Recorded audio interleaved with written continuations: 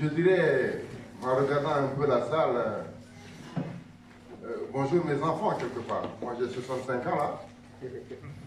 Et à 25 ans, vos anciens, qu'on a appelés d'abord les Saint-Ambroise et qui sont devenus par la suite, après le coup de hache du 23 août 1996, sont devenus les Saint-Bernard. Ils étaient 314. À l'époque, en France, on nous appelait des clandestins. Ils ont inventé le mot de sans-papiers. Les 314 familles de Saint-Bernard, je peux dire qu'il n'y en avait que 4, 5 qui ont été à l'école. Les autres n'avaient jamais quasiment été à l'école, ou très peu à l'école, dans nos pays d'origine. Majoritairement issus du Mali,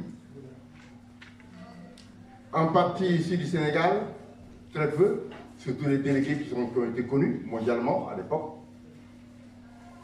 et issus de la Mauritanie. Amadi Camara, qui aurait pu être dans cette salle aujourd'hui, parce qu'il est ici à Paris, a été le porte-parole, le dirigeant de la première grève de la faim, de ce qui va devenir effectivement les Saint-Bernard. D'autres sont rentrés au pays régularisés. Ça, il y a 25 ans. Donc il y a 25 ans aussi, quand les Saint-Bernard sont partis,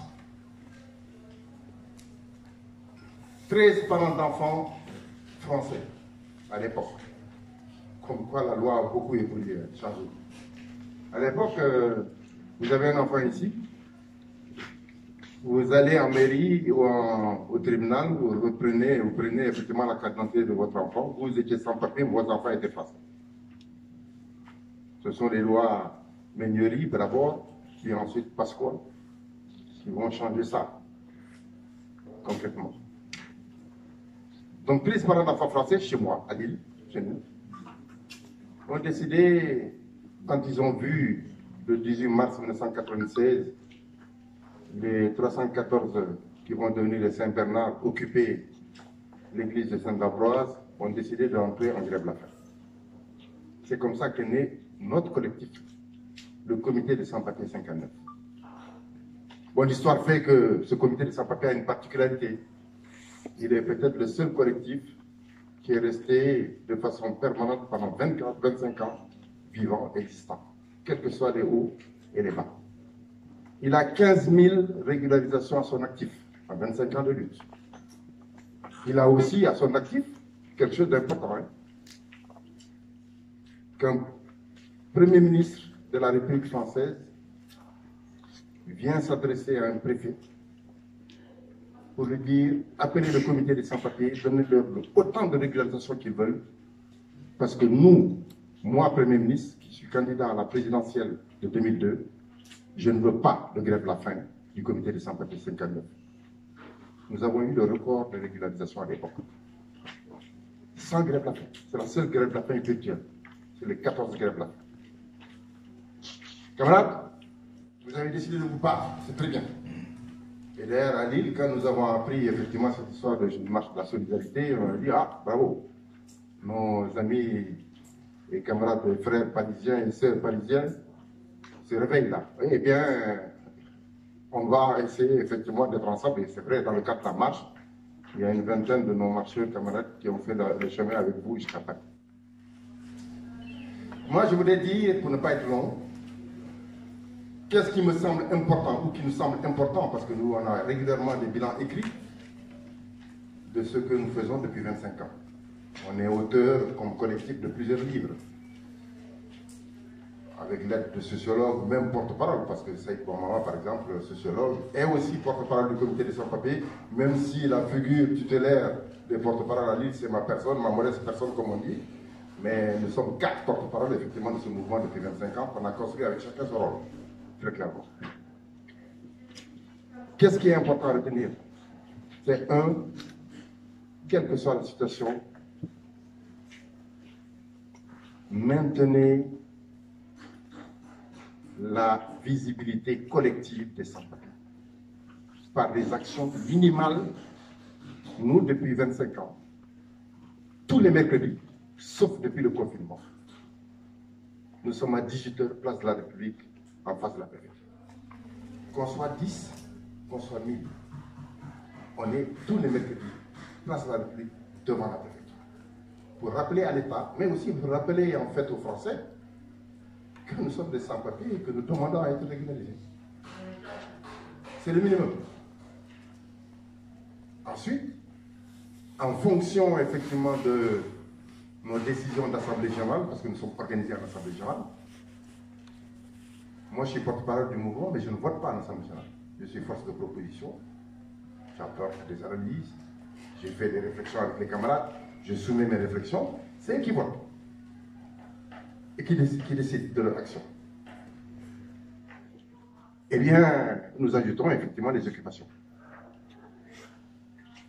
collectives. Autre action, les marches. La première marche de 1996 des sans-papiers, ça a été celle de Lille, après une grève de la faim. On a transformé effectivement l'évolution de ce mouvement en marche de Lille à Paris, c'était en décembre. Parce que les sans-papiers avaient besoin, après une très grande épreuve de force, couvrant la période de novembre à décembre, qui combinait à la fois la bataille pour la régularisation et la bataille pour le local. C'est comme ça qu'on a gagné un local du comité des sans-papiers en obligeant les collectivités territoriales à cofinancer un local mis à notre disposition depuis 1999 exactement.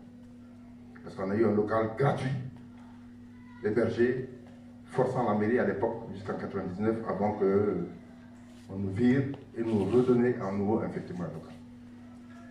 Après, c'est vrai, visibilité collective, occupation. Quand ça ne suffit pas pour donner les papiers, malheureusement, les sans-papiers à Lille font la grève de la faim. Bon, moi je le dis comme ça, hein. Je le dis souvent en Assemblée générale, heureusement que depuis 2012, la dernière grève de la faim, c'est depuis 2012. La grève de la faim, c'est dur, hein. C'est violent. On a par exemple 5 camarades qui continuent gratuitement à être suivis par décision gagnée par le comité des sans-papiers après une grève de la faim. Soins gratuits, pris en charge entièrement par l'État. Décision de la préfecture du Nord. Et moi, je fais régulièrement le bilan, tous les ans, avec ces 5 camarades, parce qu'ils sont allés très loin dans la grève.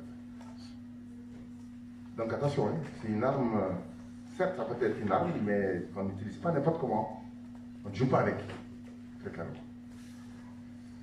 Ça, c'est le principe de la visibilité. L'autre aspect sur lequel je voudrais insister, c'est l'auto-organisation des sans-papiers. Les Saint-Bernard, quand ils sont partis, ont commencé à naître en France. Allez, 48, on a été jusqu'à 48 collectifs de sans-papiers à travers la France, entre 1996 et à peu près 2000, 2001, 2002. 2001, naissance de ce qui va devenir le collectif 75, là, le CSP 75, avec les Ranzouman. Parce qu'Ranzouman est entré dans la lutte à partir de 2001, avec Romain Binazon d'ailleurs. Je dirais un mot sur Romain Binazon tout à l'heure. On a été jusqu'à 48 collectifs, il fallait rassembler tout ça. Alors, on les a rassemblés 20 juillet 1996 à la Bourse du Travail de Paris pour fonder la Coordination nationale des sans-papiers, qui a à son actif plusieurs actions nationales, des marches, qui a à son actif aussi des grèves de la faim co-organisées entre collectifs, par exemple. Je me souviens en 1998 de mon ami Emmanuel Terré, qui était un des délégués porte-parole, professeur au Collège de France, qui était membre de la coordination nationale du collectif, du 3e collectif des Chinois. Vous savez, il y a plus de collectif des Chinois, hein. Mais à l'époque, ça existait. Moi-même, personnellement, j'ai présidé 2 assemblées générales de fondation de 2 collectifs des Chinois à l'époque. C'était autour de 2000. Emmanuel Terré, en assemblée générale, nous dit, nous, il y a une poussée pour faire une grève de la faim. Nous sommes en 98. Ah, moi je dis aussi, écoute, mon collectif aussi, il y a une poussée pour faire la grève de la faim. On a dit, on va se coordonner. Et comme nous, on savait qu'Emmanuel Terré avait un lien particulier avec quelqu'un qui a été ministre ici, hein, parce qu'ils ont fait du chemin ensemble, qui s'appelle M. Michel Rocard, qui est décédé aujourd'hui. Oui. Eh bien, on s'est coordonné. Ça a donné les accords des Batignolles à l'époque. Résultat, nous, ça nous a permis à l'île d'avoir un des records de régularisation à l'époque. Parce que l'accord des Batignolles négocié par Michel Rocard, nous avons eu et nous avons pu négocier avec notre préfecture. L'auto-organisation des sans-papiers en comité des sans-papiers a pour objectif premier de se faire reconnaître et pouvoir défendre des dossiers en préfecture, dans notre préfecture. Maintenant, l'auto-organisation ne signifie pas s'enfermer sur soi-même. Il faut des soutiens. Pour comprendre pourquoi le 18 mars 1996, des sans-papiers sont sortis, 314 familles sont sorties, pour occuper l'église de Sainte-Ambroise, il faut ne pas... Je me souviens en 1998 de mon ami Emmanuel Terré, qui était un des délégués porte-parole, professeur au Collège de France, qui était membre de la coordination nationale du troisième collectif des Chinois. Vous savez, il n'y a plus de collectif des Chinois, hein. Mais à l'époque, ça existait. Moi-même, personnellement, j'ai présidé 2 assemblées générales de fondation de 2 collectifs des Chinois à l'époque. C'était autour de 2000. Emmanuel Terré, en assemblée générale, nous dit, nous, il y a une poussée pour faire une grève de la faim. Nous sommes en 98. Ah, moi je dis aussi, écoute, mon collectif aussi, il y a une poussée pour faire la grève de la faim. On a dit, on va se coordonner. Et comme nous, on savait qu'Emmanuel Terré avait un lien particulier avec quelqu'un qui a été ministre ici, hein, parce qu'ils ont fait du chemin ensemble, qui s'appelle M. Michel Rocard, qui est décédé aujourd'hui. Oui.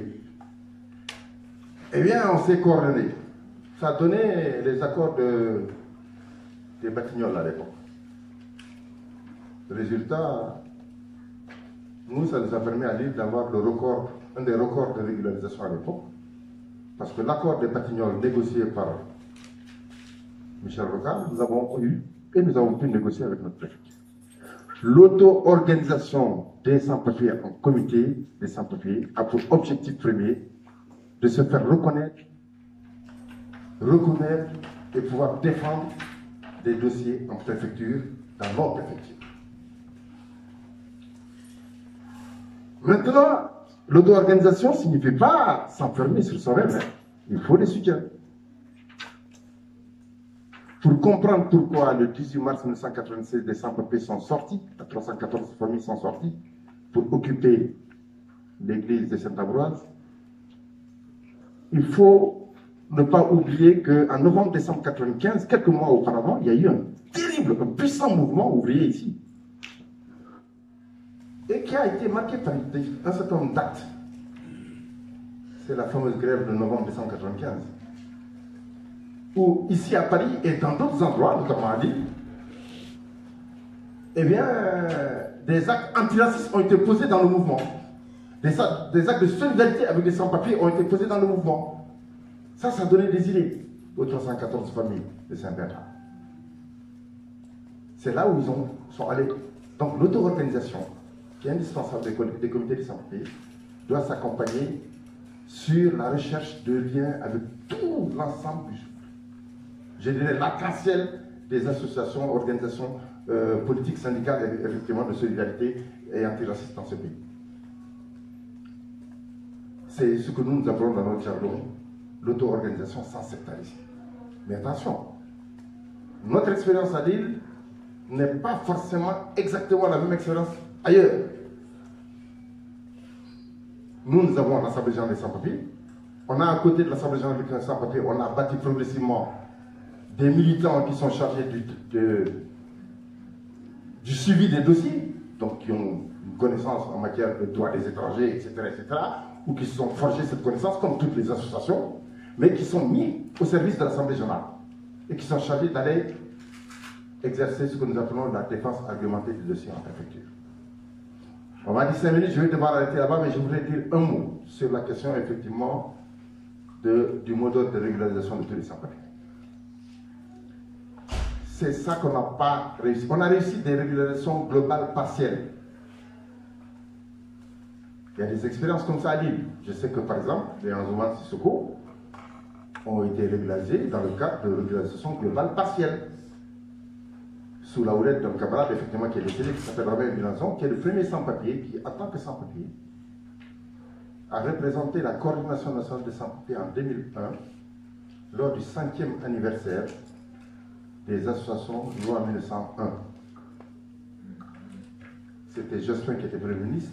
Il recevait les associations françaises loi 1901 à Matignon.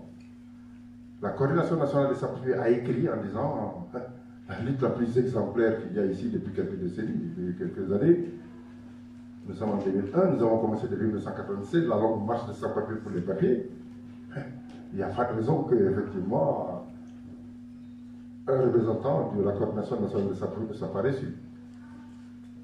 Romain Bilanzon a été reçu, effectivement, par le Premier ministre de France en 2001. Parce que le mouvement était puissant à l'époque. Vous avez décidé à travers les actes 1, 2, 3, 4, cette formidable marche.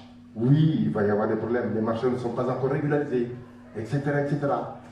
J'ai entendu tout à l'heure des interventions disant effectivement, nous, notre principale préoccupation, c'est ceci ou cela. Camarades, nous ne pourrons obtenir quoi que ce soit qu'en organisant le combat collectif, en l'inscrivant dans la durée, avec un plan de combat, comme on l'a toujours fait dans le mouvement. On a fait la preuve largement depuis 25 ans qu'on était capable de le faire. Votre génération fera la même chose, camarades, et vous gagnerez. C'est ça qui est important et fondamental. Voilà, c'était mon mot. Nous sommes ensemble et la lutte continue, camarades. Jusqu'à la victoire. C'est la liberté de circulation et d'installation. Nous sommes pour la régulation de tous les sans-papiers. Mais nous, en tant que comité des sans-papiers, en tant que coordination nationale des sans-papiers, je le rappelle aussi, on a eu ce débat avec les Maguiguen et autres là à l'époque. L'Assemblée générale a clairement dit l'auto-organisation des sans-papiers n'appelle pas à la liberté de circulation et d'installation. Parce que ça, nous ne donnerons jamais une arme à l'extrême droite contre nous. Que les organisations françaises assument leurs responsabilités. Que les Français appellent à la liberté d'installation et de circulation et d'installation dans leur pays, ça c'est le droit. Moi je suis sénégalais notamment, je n'accepterai pas que des étrangers viennent me dire liberté de circulation et d'installation dans mon pays. Parce que je revendique la souveraineté nationale de mon pays. En plus la souveraineté populaire. Et je peux comprendre qu'un Français revendique cette souveraineté, etc. Maintenant que les Français assument. Mais le mouvement des sans-papiers, nous demandons la régulation de tous les sans-papiers. On s'en tient là. Après, c'est le rapport de force que nous construisons qui permettra de l'obtenir ou de ne pas l'obtenir. J'ai parlé de régulation globale partielle. C'est ce que nous avons obtenu jusqu'à présent, camarades. Des régulations globales partielles. C'est quoi? Ça veut dire effectivement que sur une série d'actions, on débouche sur un accord avec une préfecture où on a en fait 200, 300, 400, 500, 600 régularisés. Ça, c'est les régulations globales partielles. Mais ce qu'on n'a pas pu obtenir, on ne pourra l'obtenir que d'une seule manière, ça. C'est la régulation globale, c'est-à-dire une décision politique centrale de l'État français disant j'ai régularisé les 400 000 sans-papiers dans le pays, ou les 500 000 sans-papiers dans le pays. Mais ça, le mouvement des sans-papiers tout seul ne pourra pas l'obtenir. Il faut que des millions de Français basculent dans l'autre camp. C'est pour ça que c'est important notre discours. C'est pour ça que nous disons, nous ne pouvons pas nous revendiquer en tant que sans-papiers la liberté de circulation et d'installation. Par contre, attention, hein, nous dénonçons effectivement les instrumentalisations de ce qu'ils appellent les réfugiés économiques pour ne plus respecter de la part de l'État français le respect du droit d'asile qui a été ratifié par l'État français. Les pays qui sont en guerre, le Sahel est occupé actuellement, l'armée française est là, il y a les Français qui meurent là-bas, les jeunes Maliens qui arrivent ici, on refuse de leur reconnaître le droit d'asile. Ça, nous ne pouvons pas l'accepter. Voilà, donc je pense que l'auto-organisation, c'est aussi l'auto-discours du comité des sans-papiers. Tenir compte de la réalité des choses. Et un jeune a parlé de l'islamophobie aujourd'hui. il faut... Attention, hein, nous on a eu ce débat, hein, l'IS peut en témoigner. Il y a des camarades qui disent, attendez, nous on ne veut pas, hein, moi je suis musulman, mais je ne veux pas parler de ça. Je ne veux pas être présent dans une manifestation contre, dénonçant l'islamophobie. Mais c'est un faux calcul ça. Hein. Si on laisse effectivement la peur de l'islam, la peur du musulman s'installer dans ce pays, comment vous allez faciliter votre régularisation, camarade? C'est de notre responsabilité de principe, en tant que mouvement démocratique, antiraciste, que de dire, attention, qu'il y ait des musulmans qui tuent. Ça, cela, ce sont des terroristes. Comme il peut y avoir des chrétiens. Véridique, celui qui a tiré sur les gens là, c'est un chrétien, hein, qui tue. C'est du terrorisme. La lutte contre le terrorisme, c'est une chose. Mais profiter de ça pour faire de l'islamophobie, nous ne pouvons pas, en tant que mouvement des sans-papiers, nous taire là-dessus. Nous disons non à l'islamophobie. Ça, nous pouvons tenir ce discours-là très concrètement. Nous devons l'assumer, hein. Nous devons le tenir. Moi, je vous dis, hein, le 21, dans la manifestation contre l'islamophobie qui est décidée au niveau national, c'est le comité des sans-papiers qui demande, qui fait la déclaration pour Ali de la tenue du rassemblement ou de la manifestation. Hein.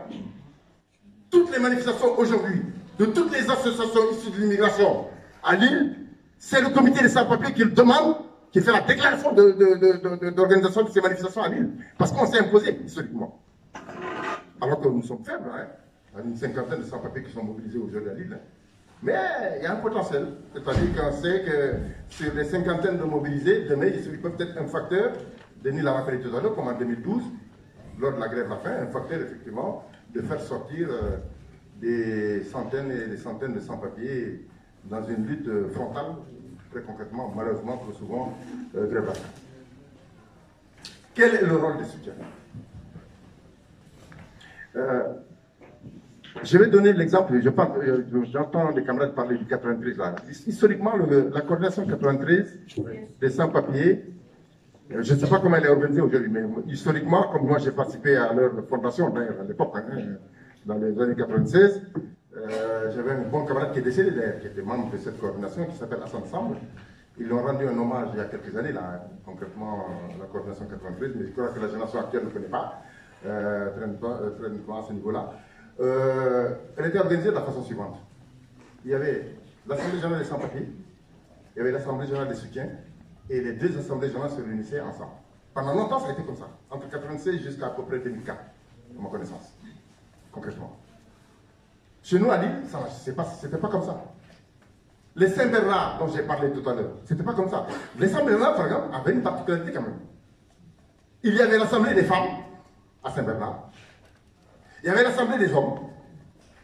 Les deux se coordonnaient. Il y avait aussi l'Assemblée des sages, les plus vieux.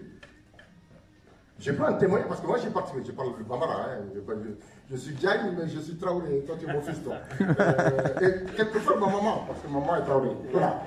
Donc, mais Bambara quand même. Donc, les vieux là m'appelaient moi, souvent. Je quittais l'île pour venir participer quand il y avait des conflits, notamment avec le délégué qui était sénégalais. Et je suis sénégalais en même temps. Donc, je parle Wolof aussi, forcément. Donc, je connais de l'intérieur de Saint-Bernard, de ce point de vue, très clairement. Et c'est vrai que ces formes particulières d'organisation, c'est à vous de faire ça. L'important, c'est quoi? Les sans-papiers qui sont regroupés quelque part et qui ont affaire à une préfecture, par exemple les sans-papiers, je ne sais pas, la préfecture de Paris, même s'il y a plusieurs collectifs, et ça, Osman, il n'est pas là, mais il va le confirmer, se coordonner. Après, moi, je ne sais pas comment ça évolue après. Moi, je sais qu'à l'époque des Romains et des Nations, ça se coordonnait pour être une seule force face à la préfecture, pour éviter que la préfecture ne joue sur la division.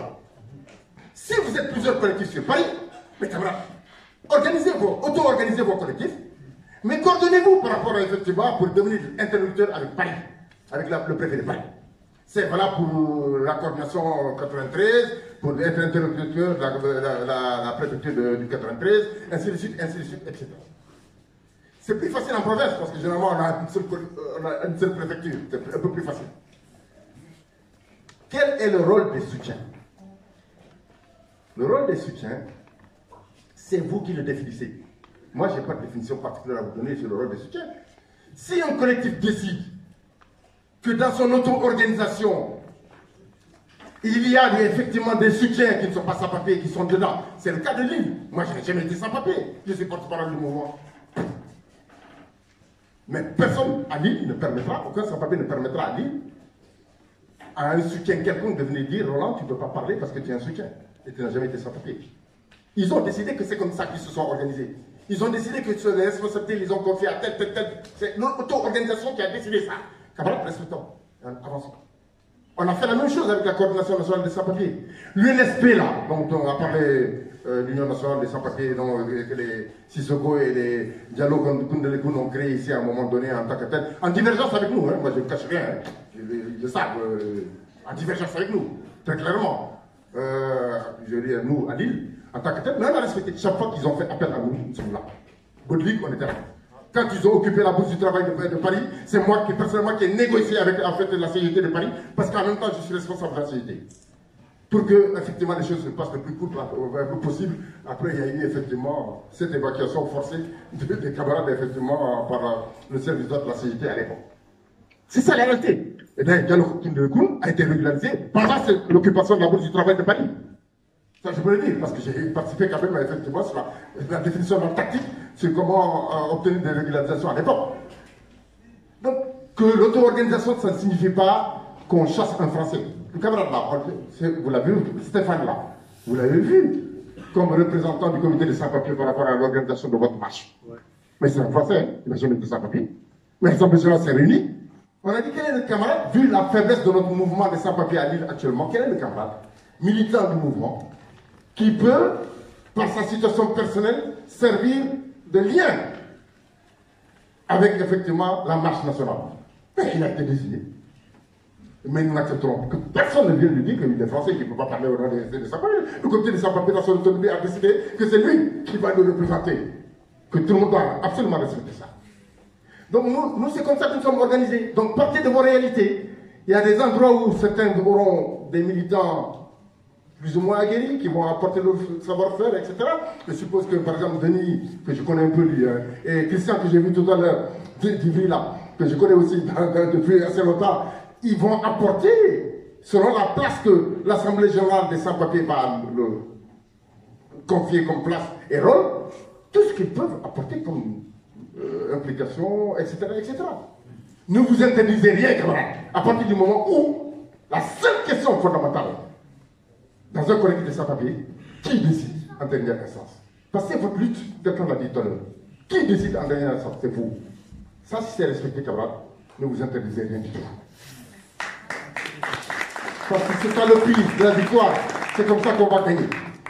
Autre point. Vous dites, comment on fait, camarades, pour... il faut devenir interlocuteur de préfecture. Vous savez, la régularisation de tous les sans-papiers, c'est notre objectif stratégique. Pour l'obtenir, seul l'État français peut le décider. Seul un gouvernement national peut le décider. Je vais vous donner un exemple. Hein. Mitterrand. En France, ici, le mouvement démocratique, on le dit souvent. Mitterrand, il a quand même fait une régulation globale. Faux. Il a régularisé 100 000 personnes, il a expulsé 130 000. En 1981, quand il est arrivé. C'est ça la réalité. Je vais vous donner un exemple. Hein. Mitterrand. En France, ici, le mouvement démocratique, on le dit souvent. Mitterrand, il a quand même fait une régulation globale. Faux. Il a régularisé 100 000 personnes, il a expulsé 130 000. En 1981, quand il est arrivé. C'est ça la réalité. On ne raconte pas d'histoire. Donc, seul un gouvernement central peut décider.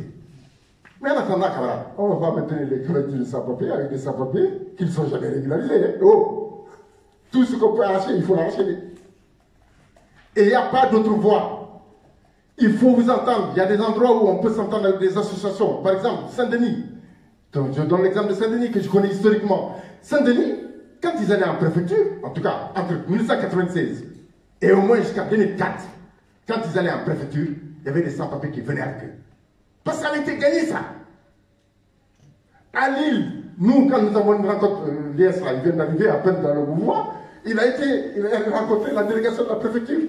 Au mois de décembre, je crois, c'est ça, où il a participé à la délégation à la préfecture, où on fait des rencontres politiques suivies de ce que nous appelons l'exercice du droit à la défense argumentée de nos dossiers. Camarades, il ne faut pas aussi qu'on nous prenne pour des... Vous savez, le pays là, c'est un pays colonisateur. Hein. Il a colonisé l'Afrique. Je vais terminer, Inch'Allah. Il a colonisé l'Afrique.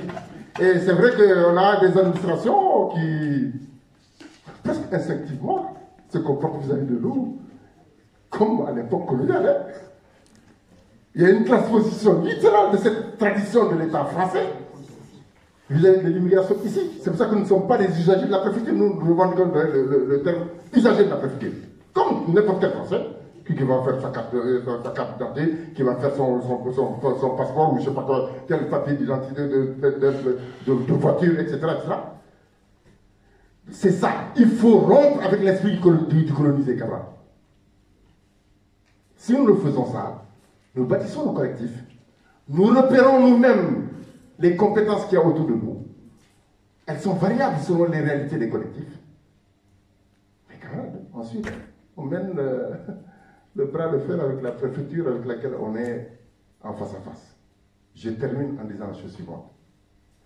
Il ne faut jamais abdiquer sur l'objectif de la régularisation de tous les sapeurs. C'est là où on a besoin de nous coordonner entre nous. C'est là où on a besoin que Paris soit en lien avec Lille, Lille soit en lien avec Marseille, Marseille soit en lien avec Rennes, Rennes soit en lien avec Rouen, etc. etc. Pour rechercher chaque fois l'occasion, parce que vous savez, dans les luttes aussi, il y a des occasions. Hein. Il faut une permanence de visibilité. Le principe, c'est la visibilité. Quelle que soit la situation, soyons visibles. Parce que visible, c'est dire à l'État français, nous n'acceptons pas d'être simplifiés. Visible, c'est dire aux Français autour de nous, nous refusons de nous cacher. Mieux, nous refusons d'être utilisés par l'État français et les patrons français comme une variable d'ajustement du marché du travail. Le travail français est de plus en plus en difficulté aujourd'hui avec la crise, ça va de plus en plus s'amplifier, etc., etc. Et je le dis d'ailleurs récemment, vous savez cette histoire de télétravail là, qui sont en train de mettre en place là, le distanciel là, dans le cadre de l'emploi, ce sera l'équivalent d'une arme de destruction massive, l'équivalent des délocalisations. Or là, vous savez, pour lutter contre les délocalisations, pour lutter contre le télétravail qui peut être mondialisé, le distanciel qui peut être mondialisé dans l'économie mondialisée d'aujourd'hui, il faut plus d'internationalisme. Hein. Et vous, sans papier, c'est vous qui posez par votre présence visible, collectivement visible, à chacun des travailleurs français, comment devenir internationaliste. C'est la condition de la victoire pour eux, c'est la condition de la victoire pour nous aussi. Camarades, nous sommes ensemble. Voilà ce que je voulais vous dire. Concret, c'est ça. Aucun collectif n'échappe à ça. Deuxième chose, la camarade qui pose la question, c'est Lyon. Hein? Oui. Notamment, est-ce qu'avec les évolutions, les méthodes ne doivent pas changer? C'est sûr qu'il faut utiliser tous les moyens modernes de communication, de mobilisation. Moi, je ne connais pas grand-chose, mais je sais que les jeunes là, ils sont très bons, ils sont très forts, et ils maîtrisent ces trucs-là. Ils communiquent entre eux, ils ont fait un groupe WhatsApp chez nous, des sans-papiers, un grand groupe, le groupe du bureau, etc. etc. Ça, c'est une évolution à eux. Ils s'adaptent en fait à l'évolution de la société. Donc, tous ces moyens-là sont bons. Mais il y a une chose qui est sûre, c'est que quelle que soit la situation, il faut une visibilité collective des sans-papiers. Si vous n'êtes pas visible collectivement, vous êtes individualisé, vous redevenez des clandestins. C'est clair. Et basta ce sera effectivement la voie royale pour l'État français.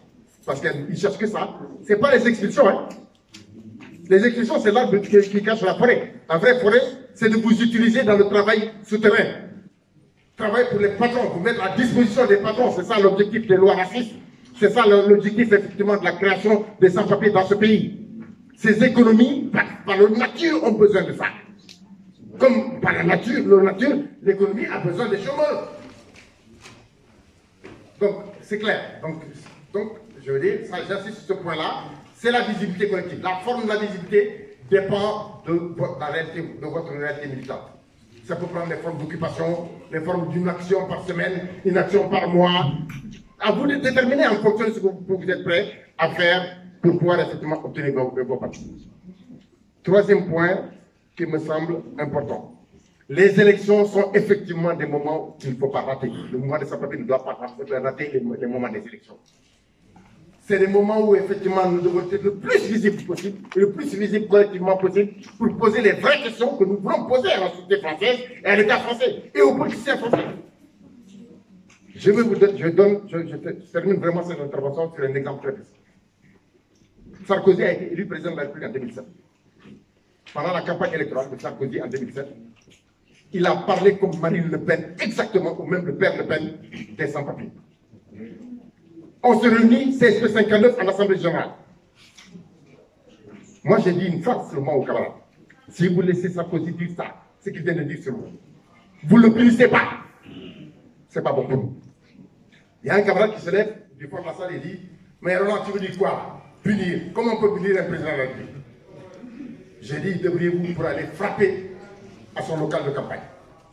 80 sans-papiers sont rentrés dans le local de campagne. Ils en ont pris 6, évacuation forcée par la police, etc. Blessés même des camarades. Les 6 qui ont organisé l'occupation ont été amenés, arrêtés et mis en centre de détention. Quand ils sont passés devant le juge de liberté, vous savez qu'est-ce que le juge de liberté a écrit noir sur blanc? Face à la parole de Kamel, Kamel a dit au juge, hé, condamnez-nous, expulsez-nous. Mais nous, pour notre dignité, nous n'accepterons jamais que quelqu'un qui veut devenir président de la République dans un pays où nous voulons vivre, légalement et travailler dignement, puisse parler de nous de cette façon. Nous ne sommes ni terroristes, ni des délinquants, ni des voyous. Elle a écrit noir sur blanc ça. Et quand ils sont sortis de là, ils ont été régularisés. Voilà, camarade, c'est ça. La balle est dans votre camp, camarade. La balle est dans le camp des sans-papiers, il n'y a rien d'autre pour nous. C'est à nous d'être capables de nous organiser et de mener le combat. Et c'est possible. Les autres l'ont fait hier. On le fait depuis 25 ans. Cette génération, vous la ferez. Et j'espère qu'en plus, vous pourrez faire avancer, effectivement, faire reculer un point. C'est notre grand point de faiblesse historique. On n'a jamais pu bloquer les lois. Plus de 31 révisions des lois de l'ordonnance de 1945 depuis le début des mouvements de sans-papiers. Ça, c'est vrai. Mais ce n'est pas seulement de notre responsabilité. C'est aussi de la responsabilité de nos camarades là, les Français. C'est l'état de droit dans votre pays. Voilà la question. Merci, camarades. Ce mouvement, c'est qu'on se dit la vérité. Parce que si on ne se dit pas la vérité, on n'avancera pas.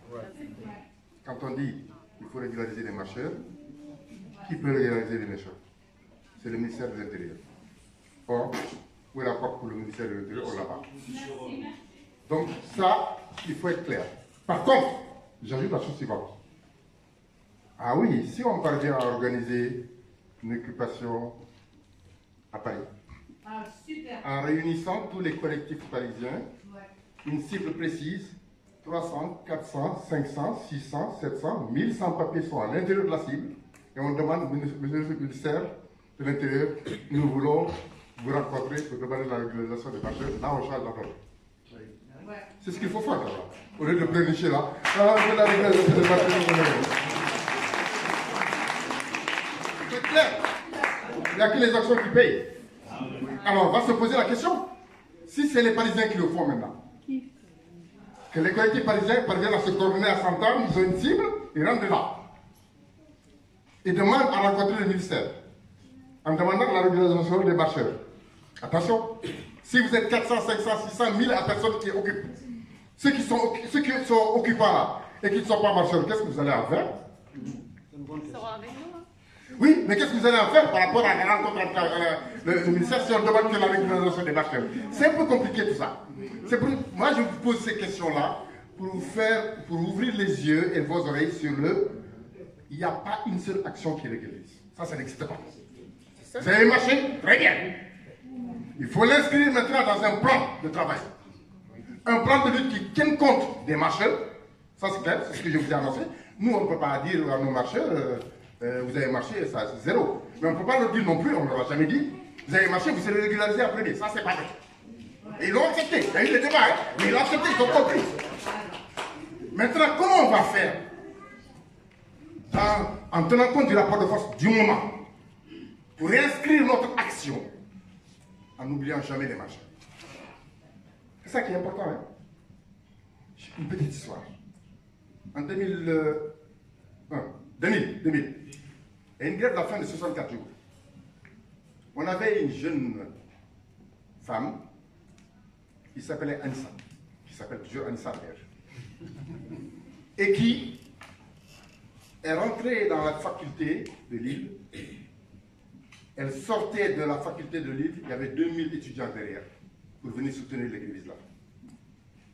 Anissa a été terrible. Mais au moment de la grève de la faim, elle voulait faire de la grève de la faim. Moi, je prends la parole, je dis non, non, calme. Toi, là, ce que je vois là, ta capacité là, mets-la au service de la grève de la faim. Mais tu ne peux pas, toi, faire la grève de la faim.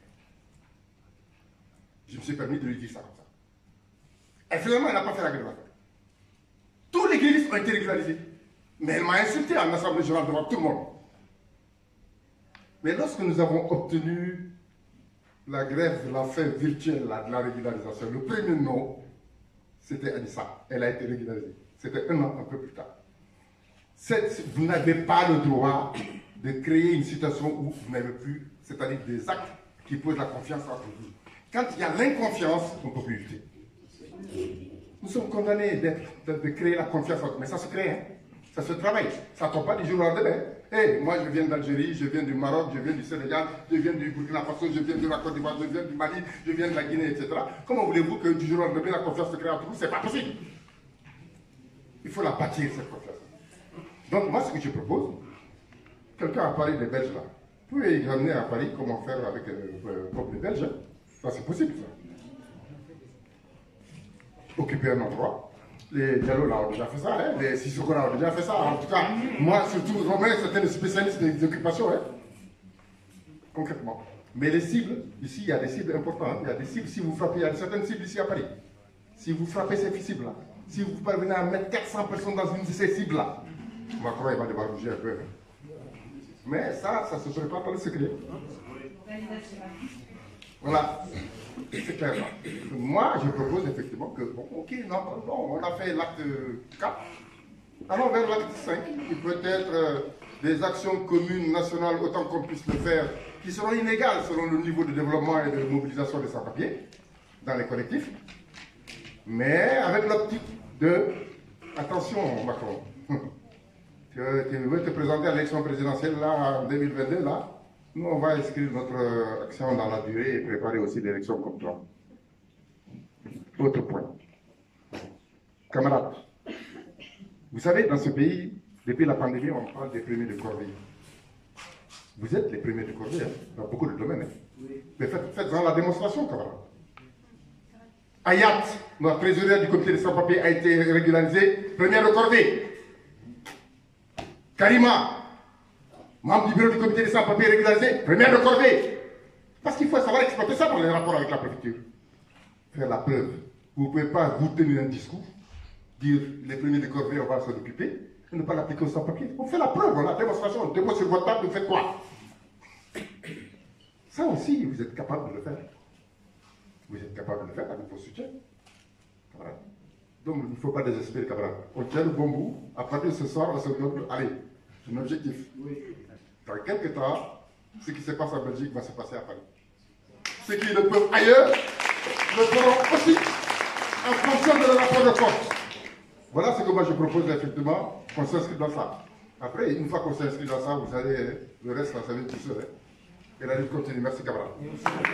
Et une lettre de demande de pouvoir exercer le droit à la défense argumentée de leur dossier de leur collectif dans la préfecture qui les concerne. Et sur la base de cette lettre-là, organiser des manifestations régulières, c'est ce que dit Antoine là, c'est parfaitement ce qu'il faut faire. C'est comme ça qu'on va commencer progressivement à débloquer, chaque collectif va débloquer ce droit de pouvoir rencontrer la préfecture, discuter, présenter les dossiers, etc. Charge à chaque collectif de voir en fonction des compétences internes au collectif, comment organiser ça. Parfois, il peut y avoir un collectif, il n'y a pas de compétences internes en tant que tel, d'aller présenter des dossiers. Ce n'est pas grave. Vous avez des associations autour de vous, vous avez des individus autour de vous, soutiens, militants, et bien à vous, votre assemblée générale de collectif, de décider de présenter ou de proposer effectivement à ces associations ou individus une forme de collaboration pour pouvoir effectivement mettre à votre disposition, à la disposition de votre combat, effectivement leurs compétences en vue de la régularisation. Ça, c'est au niveau local. Ça me semble fondamental. Il n'existe pas de collectif tant qu'il n'y a pas de visibilité commune des sans-papiers sur un territoire. Si vous faites que des réunions entre vous et qu'on ne vous voit jamais manifester, ça ne sert à rien. Parce que vous pouvez faire des réunions pendant 100 ans, ça ne réglera aucun problème. Les réunions, c'est pour organiser des actions. Donc, et fixer des objectifs de cette action immédiat. Premièrement, lettre au préfet. Nous sommes constitués en collectif, je ne sais pas, de Grenoble, ou de Montpellier, ou de Lyon. Nous demandons, effectivement, en tant que collectif, de pouvoir présenter et défendre nos dossiers en collectif. Et pour ça, nous manifestons, et vous définissez, en fonction de votre réalité, la régularité de votre manifestation. Eux, c'est tous les vendredis, depuis quelque temps, en tout cas, depuis assez longtemps, très clairement. Nous, c'est tous les mercredis, depuis 25 ans. 19 ans. Alors, nous c'est 19 ans. Voilà. Donc, nous, c'est depuis 25 ans, parce que depuis 96, complètement, parce que c'est vrai que nous sommes un peu plus anciens, c'est tout. C'est la différence d'ancienneté, mais c'est la même méthode, très clairement. Donc, ça, c'est la première chose à faire. La deuxième chose à faire, c'est la question de... Je pense qu'il est important de mettre une coordination. Moi, je propose que, comme il me semble que la majorité des collectifs sont quand même dans la région parisienne, j'ai l'impression, que les camarades de Paris, en s'appuyant sur l'expérience effectivement de la CSP 75, vous coordonnez ici, et tous les collectifs de province seront en lien avec cette coordination pour examiner ensemble deux choses. Des formes d'action décentralisées au niveau national, c'est-à-dire une des formes possibles. On dit tel jour, à telle heure, de préférence peut-être un samedi, tous les collectifs vont ensemble manifester. Et on compte pour en faire la publicité.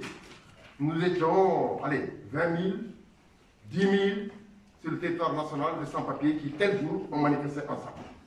C'est des formes d'action décentralisée, d'action nationale décentralisée.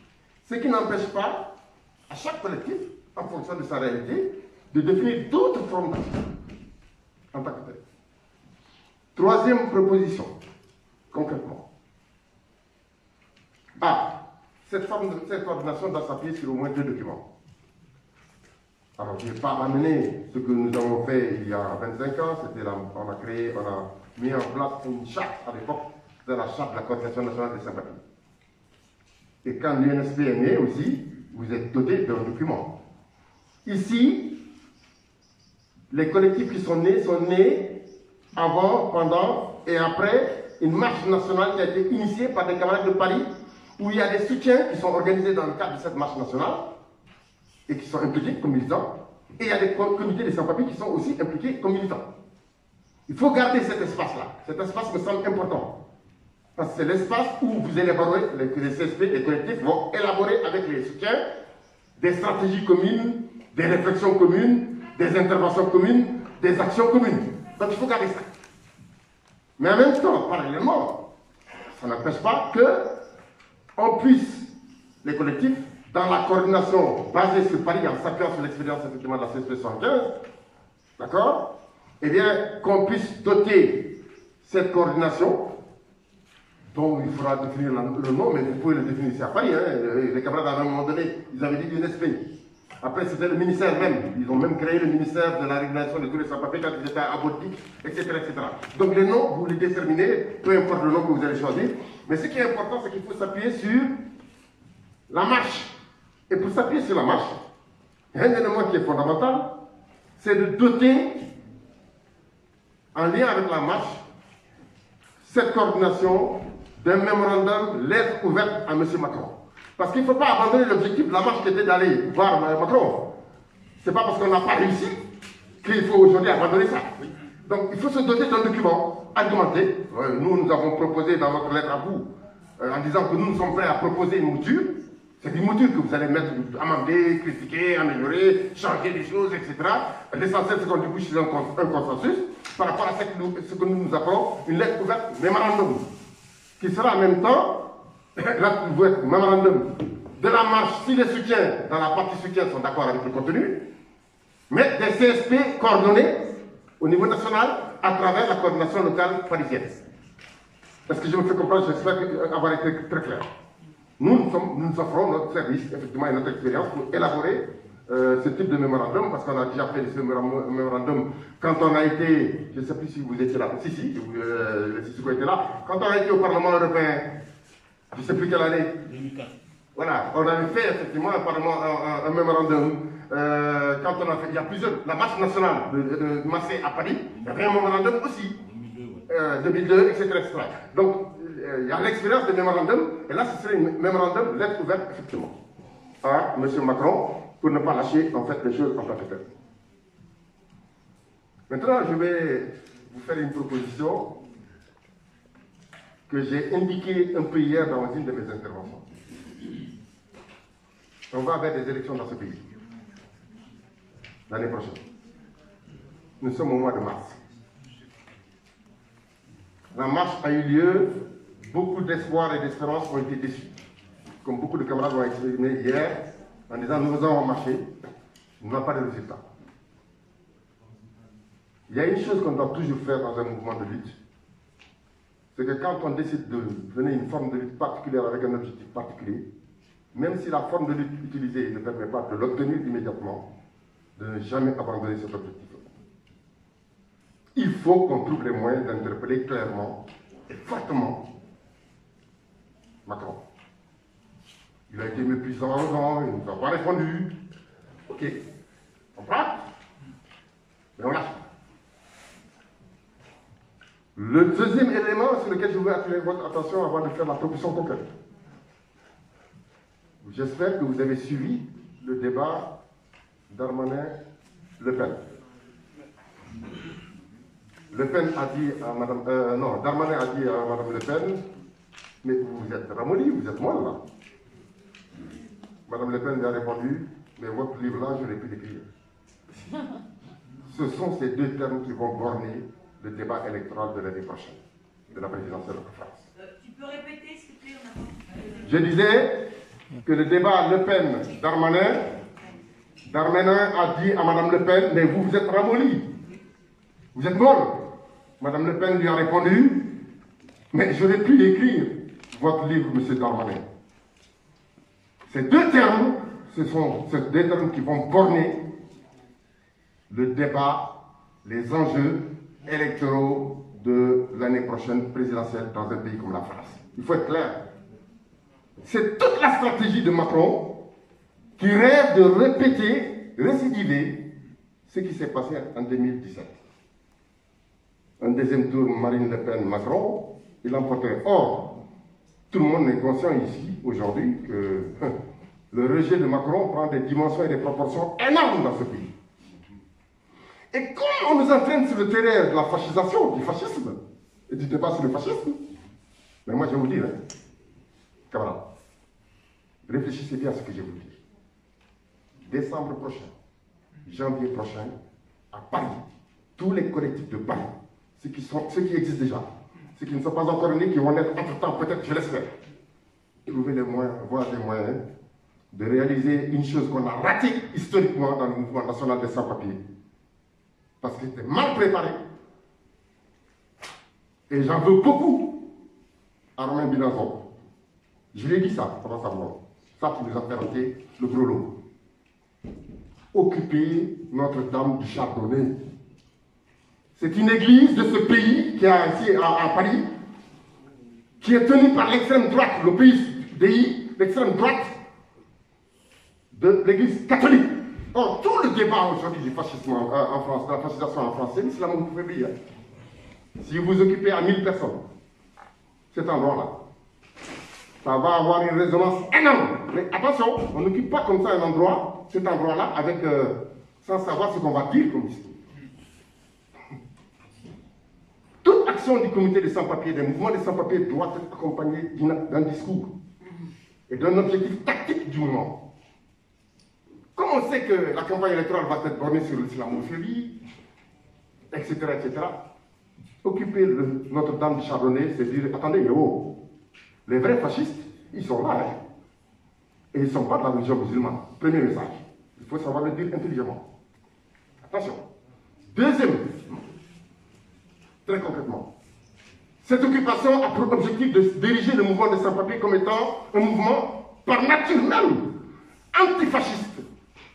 Mais attention, quand on dit antifasciste, contre effectivement le fascisme religieux chrétien, qui existe, qui est une réalité, mais aussi, et c'est là où ce serait un peu plus complexe, mettre l'accent sur le fait que, dans cette occupation, nous sommes contre tous les fascismes, y compris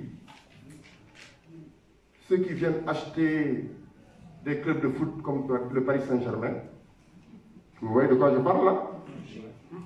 Ceux qui viennent acheter ça ici, et qui achètent aussi des Mirages, des Mille, des Rafales, à coups de milliards, pour aller par exemple bombarder le Yémen, par exemple. Si on parvient à bâtir une occupation de cet endroit-là, comme on l'a fait qu'une seule fois, ils étaient 300. Et moi, je me suis fortement mordu le doigt, je le répète, parce que c'est la seule action pilotée par Romain Minazon, et je passe sous le contrôle de Sissoko ici, sur laquelle moi je l'ai fortement critiqué en Assemblée générale de la coordination nationale en lui disant qu'il n'avait pas le droit de faire ça sans mettre tout le monde dans le coup, et qu'on prépare ça scientifiquement, efficacement. Alors je vous propose de réfléchir sur cette proposition-là. Il faut choisir le bon moment. Pas trop tôt des élections, parce que les élections ici c'est avril, je crois. Pas trop éloigné aussi des élections. C'est pour ça que je situe à partir de décembre.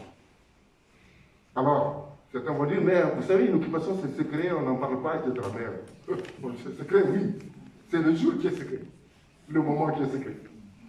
Mais la cible elle-même, ça on peut pas en parler publiquement. Je vous donne donc une cible qui me semble importante à réfléchir posément, calmement, mais ça peut être une action parisienne. Et qu'il y aura, c'est sûr, une résonance nationale, voire même internationale, camarades. Voilà.